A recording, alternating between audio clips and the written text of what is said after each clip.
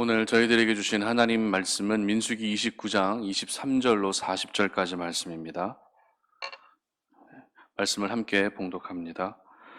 넷째 날에는 수송아지 10마리와 수양 2마리와 1년 되고 흠없는 순양 14마리를 드릴 것이며 그 소재와 전제는 수송아지와 순양과 어린 양의 수요를 따라 규례대로 할 것이며 상번제와 그 소재와 그 전제 외에 수염소 1마리를 속죄제로 드릴 것이니라.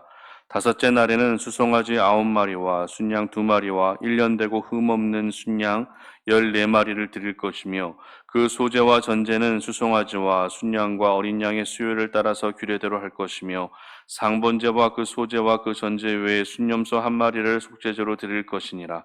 여섯째 날에는 수송아지 8마리와 순양 2마리와 1년 되고 흠없는 순양 14마리를 드릴 것이며 그 소재와 전제는 수송아지와 순양과 어린 양의 수요를 따라서 규례대로 할 것이며 상번제와 그 소재와 그 전제 외에 순염소 1마리를 속죄제로 드릴 것이니라. 일곱째 날에는 수송아지 7마리와 순양 2마리와 1년 되고 흠없는 순양 14마리를 드릴 것이며 그 소재와 전제는 수송아지와 순양과 어린 양의 수요를 따라 규례대로 할 것이며 상번제와 그 소재와 그 전제 외에 순염소 1마리를 속죄제로 드릴 것이니라.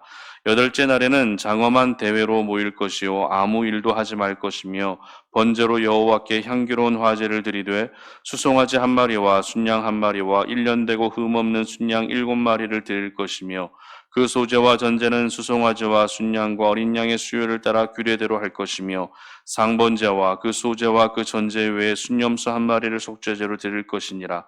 너희가 이 절기를 당하거든 여호와께 이같이 드릴지니 이는 너희의 서원제나 낙헌제로 드리는 번제, 소제, 전제, 화목제 외에 드릴 것이니라. 모세가 여호와께서 모세에게 명령하신 모든 일을 이스라엘 자손에게 말하니라. 아멘. 영적 기본기가 무너지지 않게 하라라는 제목으로 말씀 전합니다. 기본기라고 하는 이 말의 사전적 정의를 보게 되면 가장 기초가 되는 기술이라는 그런 의미를 가지고 있습니다. 그렇기 때문에 이 기본기가 필요한 영역은 어떤 특정 부분에서만 필요한 것이 아니라 우리가 살아가는 삶의 모든 영역에 있어서 이 기본기라는 것이 필요할 수밖에 없습니다. 운동선수도 기본기가 당연히 필요하겠죠. 그리고 연기자들도 역시 기본기가 필요합니다. 음악을 하는 사람들에게도 기본기는 역시 필요할 수밖에 없습니다. 공부하는 학생들은 어떻습니까? 학생들에게도 역시 기본기가 필요합니다. 심지어 집안일을 도맡아서 하는 여성분들 역시 기본기가 필요합니다. 그런데 문제는 어떤 일이든지 우리가 점점 익숙해지게 되면 어떻게 됩니까? 요령이라는 것이 생기게 되고 결국 기본기가 조금씩 무너지기 시작한다는 것입니다. 그렇다면 가장 기초가 되어야 할 이 기본기가 무너지게 되면 어떤 결과가 생기게 되죠? 몸에 부상을 입는다거나 아니면 내가 원하는 결과를 얻지 못하게 될 뿐만 아니라 페이스가 심하게 흔들리게 되고 또 슬럼프에 빠지게 되는 일도 생기게 되는 것입니다. 그렇기 때문에 오늘도 저희들은 각자 자리에서 감당하고 있는 그 역할에 대한 기본기가 무너지지 않게 해야 하는 것입니다. 그런데 이 기본기라는 것은 특별히 하나님과의 관계 안에서도 굉장히 중요합니다. 민수기 28장과 민수기 29장의 말씀은 하나님께서 이스라엘 백성들에게 가나안 땅에 들어가기 전에 가장 기본이 되어야 할 부분을 다시 강조하시는 부분을 기록하고 있습니다. 그렇다면 하나님의 백성으로서 가장 기본으로 지켜야 할 것, 하나님과의 관계 안에서 기본기가 되어야 할 것이란 무엇일까요? 그것은 바로 절기였습니다. 민수기 28장과 민수기 29장에 언급되고 있는 절기는 여러 가지가 있는데 그 중에 안식일 초하루, 유월절, 칠칠절, 나팔절, 그리고 속죄일, 장막절이 등장합니다. 조금 전에 말씀드린 것처럼 이제 이스라엘 백성들은 가나안 땅을 눈앞에 두고 있는 그런 상황이었습니다. 그러면 이제 가나안 원주민과 싸우기 위한 구체적인 계획과 전략을 세우는 것이 어찌 보면 더 우선일 수 있습니다. 그렇지 않을까요? 이제 눈앞에 펼쳐진 가나안 땅에 들어가기 위해서 그 땅에 살고 있는 가나안 땅 원주민을 무찌르기 위해서는 전쟁에 대한 계획과 전략을 세우는 것이 우선일 수밖에 없는 것입니다. 그러나 전쟁에 관한 준비는 더 이상 하지 않습니다. 인구조사를 통해서 몇 명이 전쟁에 나갈 수 있는 정도로만 파악하는 것으로 모든 전쟁의 준비를 끝내버립니다. 그리고 전쟁과 전혀 상관없는 절기에 대한 부분을 집중적으로 언급하고 있다는 것입니다. 이것을 볼 때 가나안 땅에 들어가게 되면 가나안 원주민들과 치러야 할 전쟁도 참 중요하지만 그보다 더 중요한 전쟁이 어떤 전쟁이라고요? 바로 영적 전쟁이 더 중요하다라는 것을 저희들은 깨닫게 되는 것입니다. 즉 절기를 지킴으로써 하나님께 예배하고 하나님께서 베풀어 주신 그 은혜에 감사할 때 영적 전쟁에서 승리할 수 있게 되는 것입니다. 그 중에 오늘 본문은 이 장막절에 대한 부분을 기록하고 있는데요. 여러 절기들 가운데 오늘 본문은 장막절에 대한 부분을 다루고 있습니다. 장막절은 초막절이라고 불려지기도 하고요. 수장절이라고도 불려지기도 하는 그런 절기입니다. 이스라엘의 3대 절기에 포함되는 절기로서 유대력으로 보게 되면 7월 15일에 지켜지게 되는 절기입니다.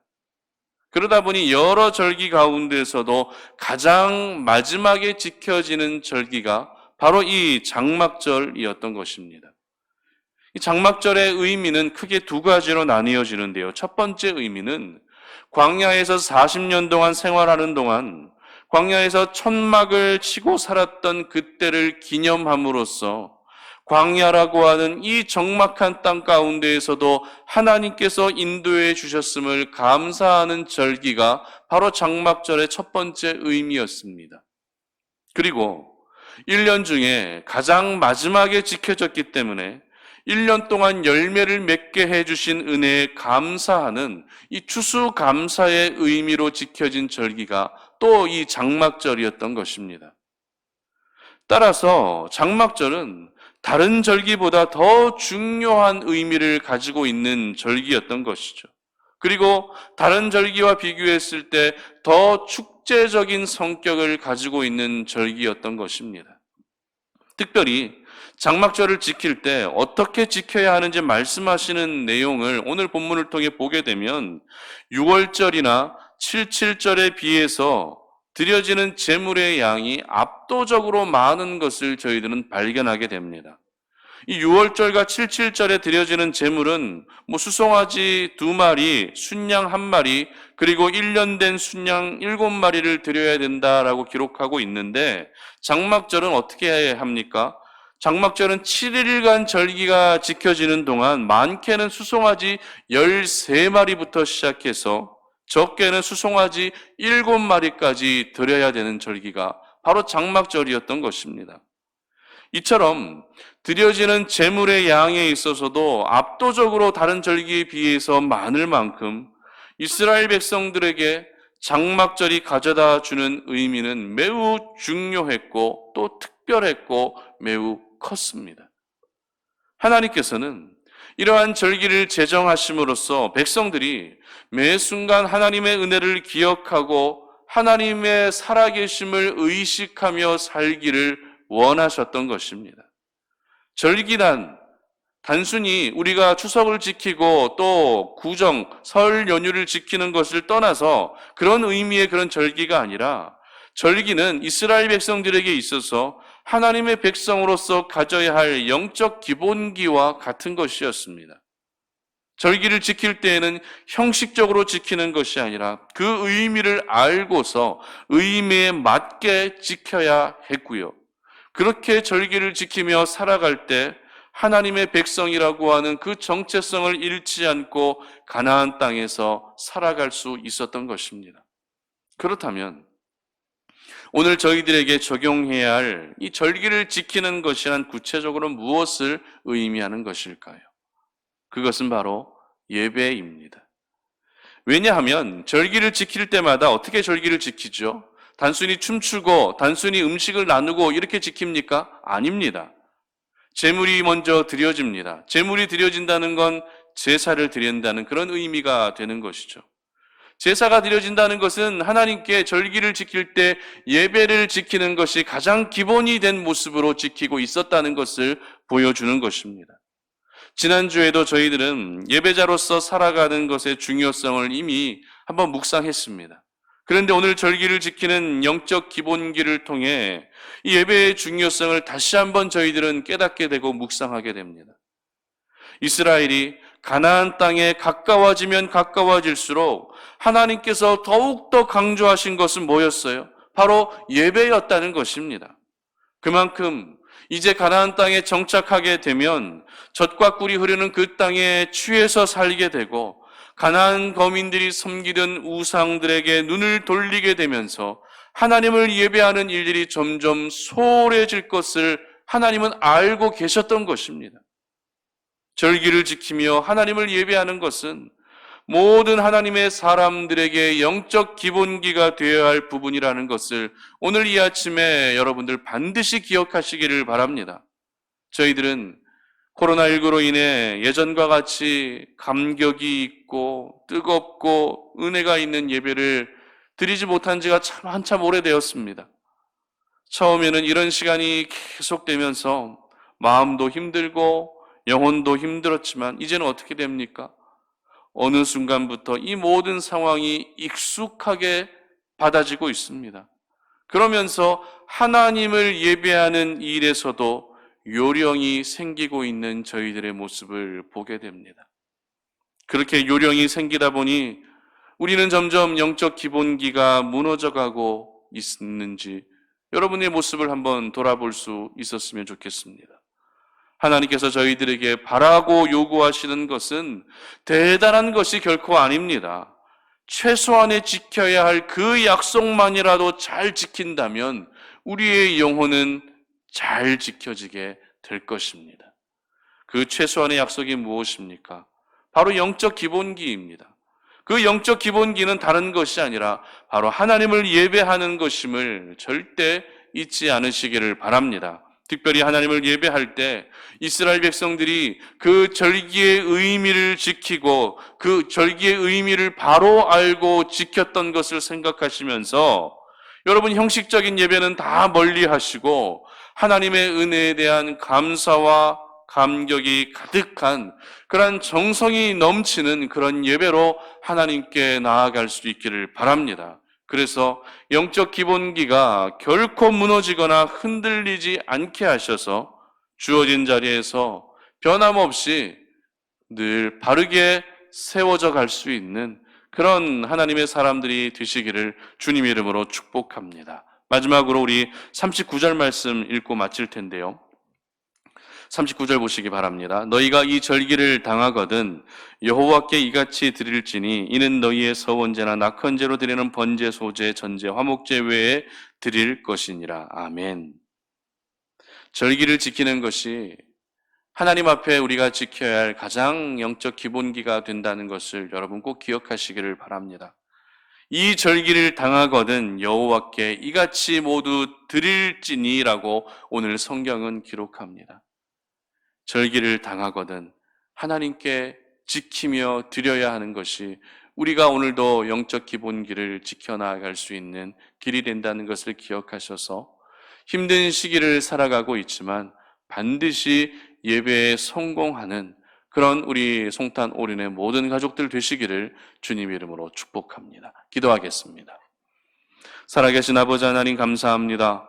오늘 이 아침에 우리가 주의 말씀을 기억하며 우리가 오늘도 세상 속에서 영적 기본기를 무너뜨리지 않는 그런 삶을 살기를 원합니다.